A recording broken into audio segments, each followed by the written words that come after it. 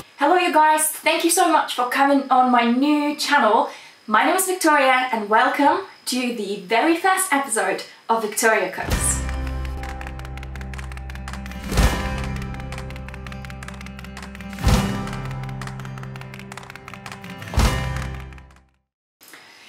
Today I will be cooking a very simple butterbean, homemade pesto and spinach salad, and then we'll top it with whatever we love the most in the world, which in my case will be goat's cheese. So yeah, I guess let's get started. So for this recipe, the main ingredient that we're going to use is butterbeans. Butterbeans are these gigantic beans that look like this. You can either get them dried and store them in your pantry like I do, or you can get them pre-cooked and canned. So it's entirely up to you which ones you use for this recipe. If you get them canned, then you can skip the cooking part, which we'll show you in a second, completely. And then if you cook them from dried, then follow my instructions, they're super easy. So if you take a look at these, this one is a dried bean, and this one has been soaked in some cold water and kept in the fridge for, I think, 3 nights I did this. So it doesn't really matter how long you soak them for, but it's very important that you do. So anything from 8 hours is crucial, because cooking dried goods and dried beans is essentially just rehydrating them, so giving all the water that they've lost in the process of being dried back to them. So on how long you soak them, this will depend on how long you need to cook them. I'm not going to share like a very exact cooking time for these, because it will depend on how long you soak them for. I was planning on this recipe and did it 3 nights ago, and it's only today that I got to it. So yeah, they're very well soaked. But anyway, let's get going. So if you're like me and you're cooking your beans from dried, we're going to need a pot of boiling water. This has been simmering for a bit, and we now need to salt it. So a very important lesson on salt. Keep it in a bowl, not in a salt shaker or anything, because that way you can just salt with your hand, and I think that's the best way. So we'll add about a handful of salt. Very important to remember that when you're cooking things in salty water, they'll only absorb as much salt as they need. So we've got our beans that have been soaking in water for overnight, over 2 nights, over 3 nights, no matter how long you kept it in there, and they're just going in.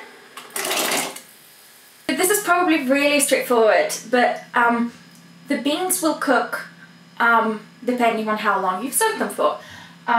So if you soak them overnight, they're probably going to take about an hour. If you're like me and you soak them for a bit longer, they're probably going to take a bit shorter.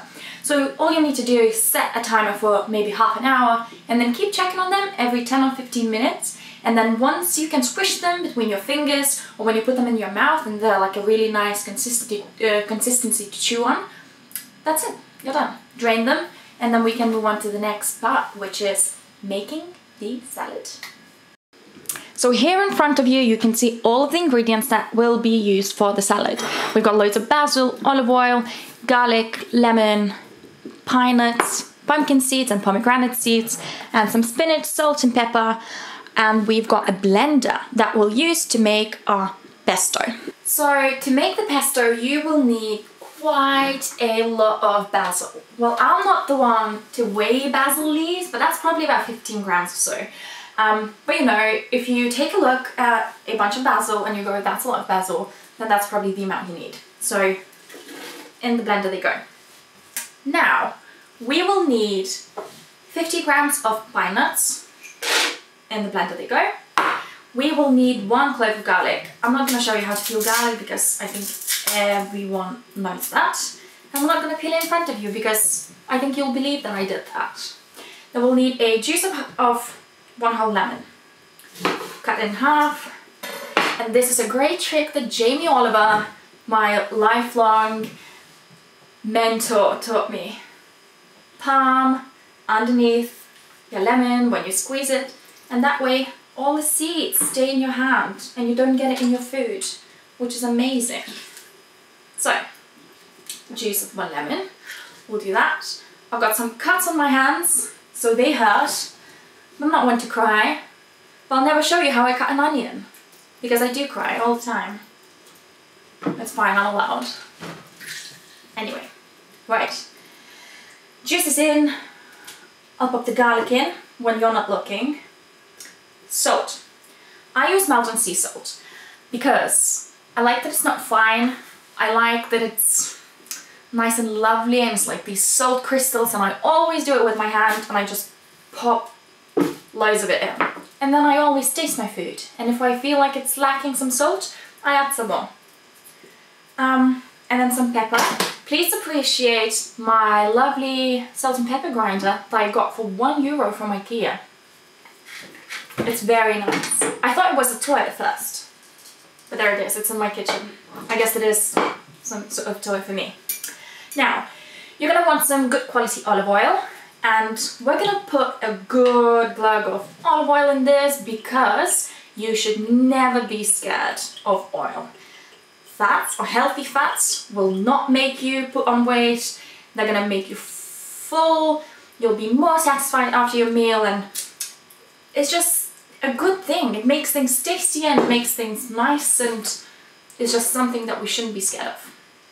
So now I'm gonna peel my garlic and put it in, and then we'll whiz it all up into a pesto. Right, ready for some noise? Let's do it.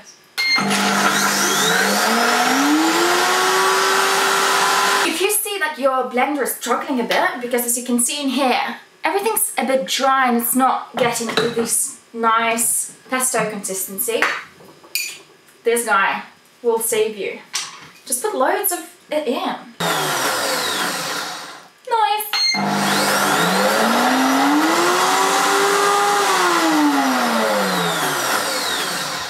More noise.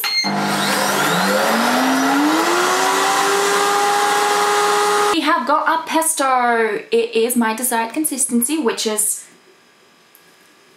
pesto consistency. And now we're gonna say goodbye to our blender and not make any more this tremendous noise. You know what, I might just be like a talking mouth, because why see my eyes if you can see my mouth? Right, pesto's done. We're gonna wait for our beans to cook. If you are cooking this with canned beans, imagine how little time this takes, because you don't have to wait for the beans to cook, and you've got your pesto already. This took about 3 minutes, and you know, you can already move on to the next step if you know what it is, but you don't know yet because I'm cooking my beans from dried.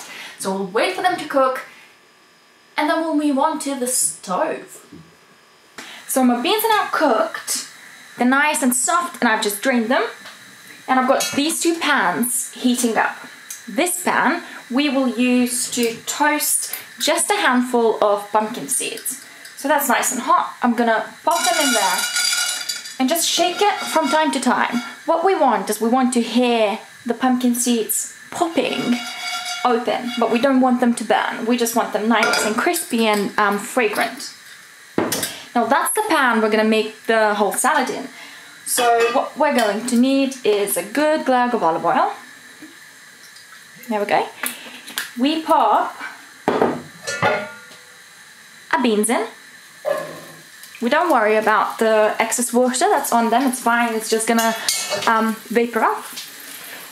And we pour a pesto onto it. The pesto might need some help with a spoon or a spatula, so we'll do that.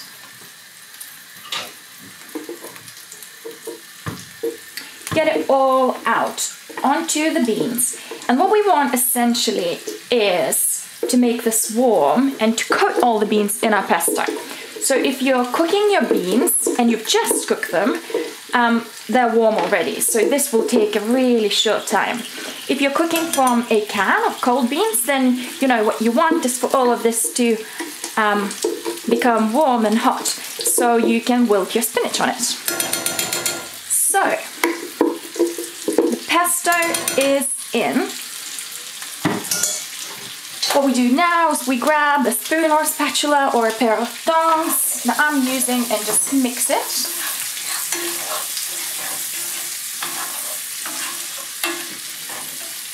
and we throw our spinach in. Just like that. So it seems like a really excessive amount of spinach at the moment, but the heat will wilt it and it will reduce down. I tasted one of my beans once they cooked, and I think they're lacking a bit of salt. So above all, you should really trust my very fast comment about not being scared of salt and just putting a lot of it in the pot while they're boiling. But just because I think it's lacking some salt, I'm just gonna put like a really nice pinch of it. Now, always taste your food. You know, if you feel like it's needing a bit of lemon, you can put some lemon juice, some salt or pepper, whatever you like. Right, so we mix it until all the spinach gets wilted. We don't forget about the pumpkin seeds and shake them from time to time. And believe it or not, we're pretty much done. Now onto the plating. Another thing that I also showed you at the beginning of the video is pomegranate seeds. So always buy a pomegranate, take all the seeds out and just keep it in the fridge, and they keep for a really long time. So I've got some on hand. But if you haven't got any on hand, grab a pomegranate, chop it in half, and then with the fleshy side inside your palm, just bang it with a spoon until all of the seeds come out in the bowl underneath it, and there you have it. I always keep the juice as well because it prevents them from drying. And it's just a super easy and handy way to have some fresh color and flavor and just like a pop of really nice juiciness onto any of your salads or meals. I pretty much put it on most of my meals anyway. Right, so we'll grab the beans. They're looking nice and lovely. All we're gonna do is just pop them all onto our plate, just like that. There's a really important thing that I learned while I was working in a pub when I was living in London. And the head chef always used to say that that pan was really heavy, so I had to stop from speaking. Your food needs to be high, it needs to be piled high, so don't put everything on the whole plate and just kind of squish it down. Make it, you know, like a mountain. That makes it more pretty and more inviting. So, we've got our beans on here. Now, our pumpkin seeds are nice and toasted, so we're just gonna do this. I would take them with my hand, but they're really hot, so I'm not. And now we're grabbing just maybe a tablespoon of pomegranate seeds. Maybe a little bit more. We'll see how it's looking. We'll do more. Right, here we go, nice and colourful. And now onto the goat's cheese. I've got a log of goat's cheese. If you buy like a big piece that's meant for grilling, you can definitely grill it and put some grilled goat's cheese on top. Or in this case, I'm just gonna tear it into pieces and just pop it on top as I like it, just any way that seems nice and appropriate. There we go, some soft bits. That's it. Maybe a couple more seeds on top just for some color on the white. There we go. We will crush some pepper on top. Just like that. And just a little drizzle of olive oil. Just like that. And believe it or not, that is your salad. I think this is the focus of the whole video, so we'll keep it that way. Let's try it. Oh my god. Guys, that's just so good. Mmm. And with the goat's cheese, it's amazing. So simple, so colourful, so healthy and nutritious, and just a celebration of season on a plate. I just love it so much. I think you should make it. I know you should make it because it's worth it. It's delicious. go make it! So guys, thank you so much for watching my first video. I really hope you enjoyed it. Please let me know what you think in the comments down below, because I really want to get that conversation starting. If you liked it, give it a thumbs up, subscribe to my channel. I should be doing these weekly. And you know, if you like it, share it with your friends, because good food is meant to be shared, and you know, let's do it this way. And for now, I think I'm saying see you later, and we shall see each other next week. Bye!